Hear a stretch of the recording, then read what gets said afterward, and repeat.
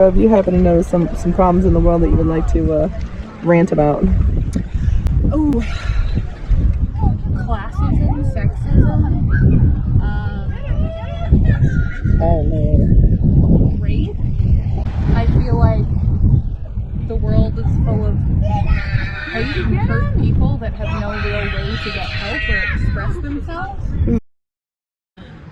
No outlets for help. Like, there's so many fucked up people, and by fucked up I mean hurt individuals who have been abused in one way or another. I'm not talking typically like beaten by their father or raped or anything, but everyone's been abused at least at some point in their life, on a sliding scale of how bad it was. But if you've never experienced true horrific abuse, whatever happened to you, I feel like in its own way is still true and horrific.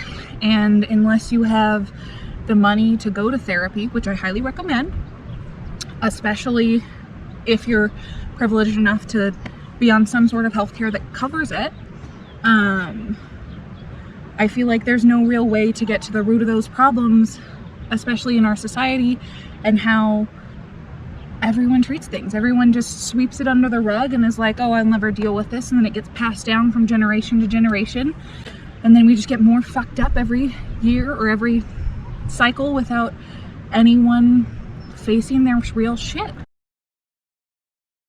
Like, we don't want to bring someone up in a world where everything's so fucked up.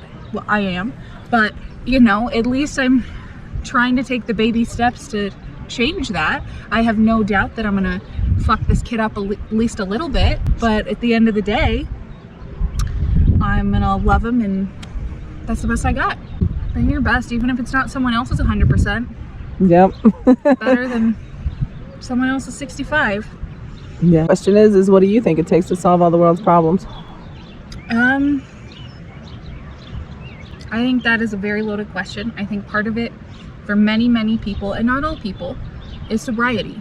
I think that there are some cultures, like I know some African cultures that, in South Africa especially, that use alcohol in their ceremonies, and it's so part of who they am. So I would never want to step in and say that they should never do that or keep their traditions alive.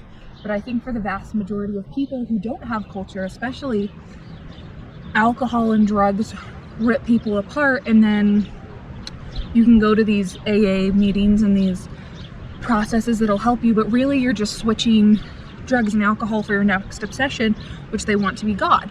So if we just nip that in the butt at a young age, or at least stop making it so popular and prominent. Almost all the adults I know today are in some form an alcoholic or a drug addict, and some of them are very functioning and capable.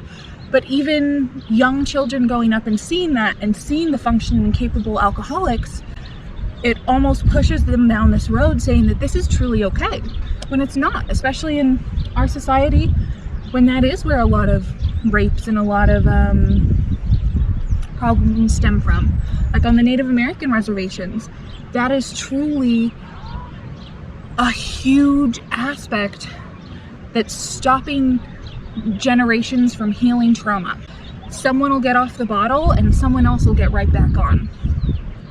Sobriety, I think that there needs to be outlets that aren't tied to religion. Outlets for people to get help. Oh my goodness. For people to solve their own shit and stop waiting for everyone else to solve it. So if I build this confidence course, I intend for it to be exactly that. Would you donate $1? I will definitely donate $1. You know what? If I had to, I'd give you 2. Nice. Thank you. My name is Saquana Schaefer, and I am, at the end of the day, just an average Joe. I bring little to no purpose, besides the fact that I'm not an asshole and I try my best.